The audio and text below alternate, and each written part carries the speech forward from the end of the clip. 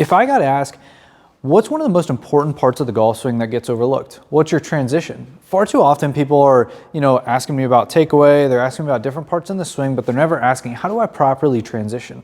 Well, in today's video, I'm gonna show you how I want you to properly transition to not only improve your accuracy on the golf course, but help you gain a little bit more distance. So be sure to like, subscribe, and turn on notifications so you know when the next video is coming. Okay, so first off, what I wanna get out of the way is some misconceptions with the transition. So a lot of students come into me and they get set up and they go up to the top and they say they're just confused on what to do up here, right? Well, their first thing I ask them, I'm like, well, what do you think you need to do from there? Well, they get up here and they say, well, I've just been told most of my career just to turn and rotate or spin my pelvis. Well, what that does, it does a few things that kind of throws the golf swing off. So if I go up to the top, and what you'll see from the down the line camera, if I just spin my pelvis, it's gonna send my hands out closer to the golf ball. So maybe you're someone who deals with a slice, maybe you're someone who deals with hitting hosel shots or off the heel of the golf club. Maybe you just struggle in general with the ball being a little weak and to the right. Well, I can almost guarantee you all the speed you're producing with that pelvis rotation motion is actually going to decrease distance for you because it's going to shift the path left, it's going to add spin to the golf ball, and you're probably not going to shut the face enough. And let's say you do. Let's say you get the face shut. It's probably going to go low left, and then your other miss is high right and short. So what we want to do at the top of the backswing is prioritize more of a shift as opposed to a rotation. I've made a previous video on that talking about Tiger Woods in this famous video, and I'll put it up here again, of him at TGL this past year. And him, in this video, we can see him shifting more. We don't really see the pelvis just rotating immediately. We see much more of a shift, and then an impact, and then after impact, we see a lot more rotation of the pelvis happening. So I'm not here to tell you rotation's bad. I've actually made a different video on that you can watch here. But what I'm here to tell you is we do need to rotate, right? But when we rotate is very critical. And at the top of the backswing, we don't want to think rotation. We actually want to think, hey, let's shift, let's get the arms to drop in the proper position we're looking for, and then let's go from there. This is going to help you just add accuracy, add distance, and just overall help you play better golf. Okay, so now that we have an understanding that rotating from the top, just spinning your pelvis is not a great idea. It's going to lead to weak right shots, it's going to lead to low left, maybe some hosel shots. What do you actually need to do within the golf swing, and what are the best players in the world doing? Well, the best players in the world are actually, and we're going to talk about pushing from left to the right, so my left foot to my right foot. I've made some videos on this in the past, but I can't stress this enough. This is going to help you transition, help you add more speed. So as I take the club up to the top, so I'm essentially, the best players in the world are pushing from their left foot to their right foot. And then as the club's going up in the air, they're actually then going to push back to their left. So their pelvis is going to start to recenter or push left. And what that's going to do for them, as they start pushing into their left side, their arms are going to start to drop more. Their arms aren't going to be spun out this way by the pelvis going that way. This also helps them accomplish this pressure shift into the lead foot, which is going to help them make more ball first contact. If you get up here and you just think spin the pelvis, a lot of times players are going to be stuck back on this right leg. They're going to be hitting up into iron shots, and this just no good, to be honest, right? So what we need to prioritize, and what we're about to go into here, is a push left to a push right, and then as the club ascends, we're then going to push back and recenter left, and then allow the arms to drop and swing through.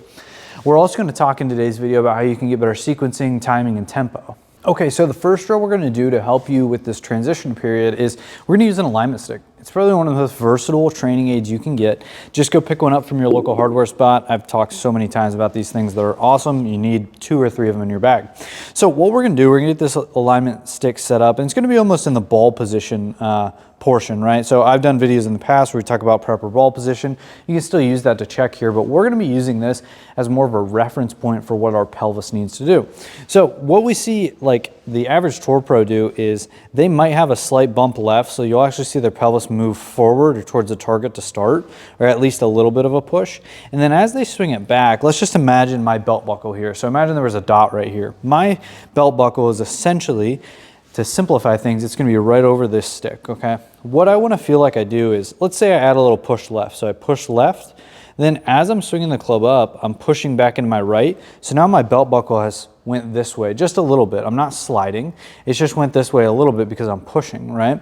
So as I push left to push right, my pelvis moves a little bit this way. As the club's going up, I need to recenter the pelvis, right? So as the hands are going up, I then want to feel like I take my belt buckle and get it to the lead side of the pelvis. The way I'm going to do that is push to my left. While I'm doing this, by the time I'm completing this, getting my pelvis recentered, I should allow the arms to drop more to my pocket. So what you'll see from the down the line perspective here, I'm going to push left, push right, and then as I'm going up, I'm going to start the recentering process. So I'm here. As I complete that recentering, my arms are going to drop more down to my pocket. It's going to get the club more behind me, more of an in to out path as opposed to that over the top we'd see with someone who spins the pelvis a lot.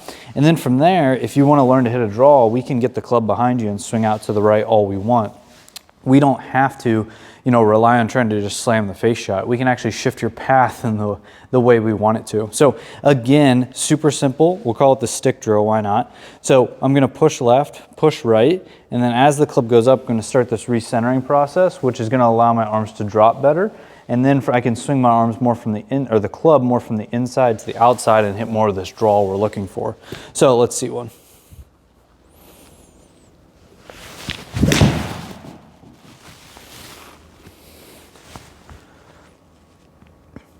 So as we can see there, I swung the club 3.6 degrees to the right, so that's in to out.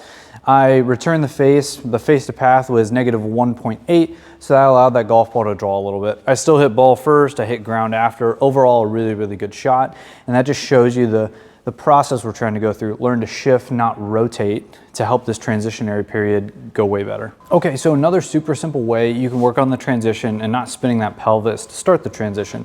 You're just gonna take this stick, use the same stick we did in the first drill, and you're actually gonna fish it through your belt loops here.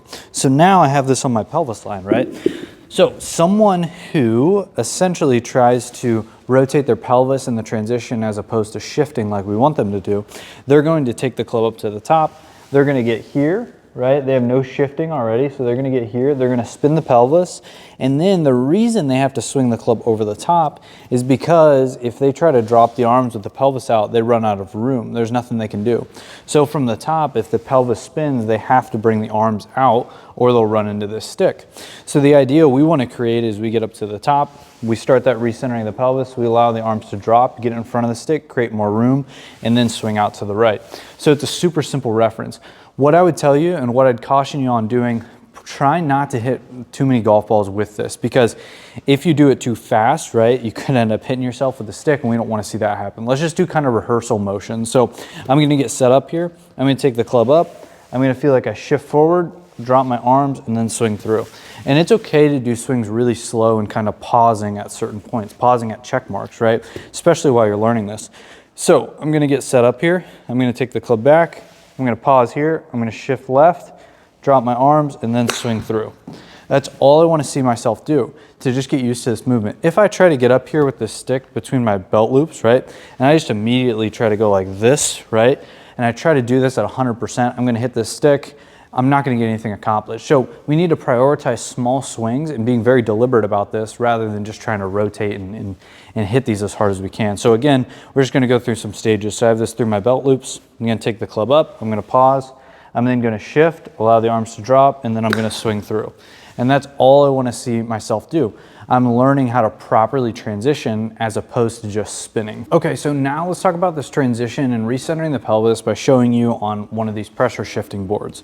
So as I get set up on here, we're gonna see that it moves as I push from one foot to the other foot. So what we see the average tour pro do, kind of like I said at the beginning of the video, is they're gonna actually push left, then they're gonna push back right, the club's gonna start going up, and then they're gonna push back left again, allow the arms to drop, and then they're gonna swing through. So what you should be able to see from that view is how I'm pushing from one foot to the other foot. So when I'm talking about that, right, what we see the average player do is they start back on their right foot, or maybe they start on their left, right? Let's start with just on the right. So they start way back on the right, they get the club up, then they just spin their pelvis, and they never shift their pressure back left. So then they might chunk it, they'll probably thin a lot of shots. So if that sounds like you definitely need to watch this whole video. So as I get set up, let's say you're someone who tries to keep all your pressure on the front foot. Well, if you try to keep your pressure over here, you get up to the top, then what we see in transition, if you try to spin, you have to almost fall back on the back foot and kind of do the same thing. So even the idea of staying all of your pressure on one side, not a great idea. You're still probably gonna fall back. You're still probably gonna rotate too much. So again, what we wanna see is a push left, a push right, push back left, recenter the pelvis, and then swing out to the right. So let's hit a couple here.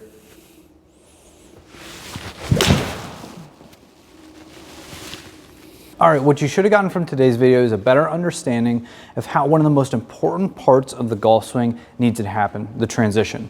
Rather than just thinking rotate from the top, we actually need to prioritize a shift, followed by letting the arms drop, then followed by rotation. So you just have the sequencing off. So now that you have a better understanding of this, go home, try these drills that I showed you today, add them to your golf swing, and I guarantee you're gonna play way better golf. Be sure to like, subscribe, and turn on notifications so you know when the next video is coming. I look forward to seeing you all in the next video.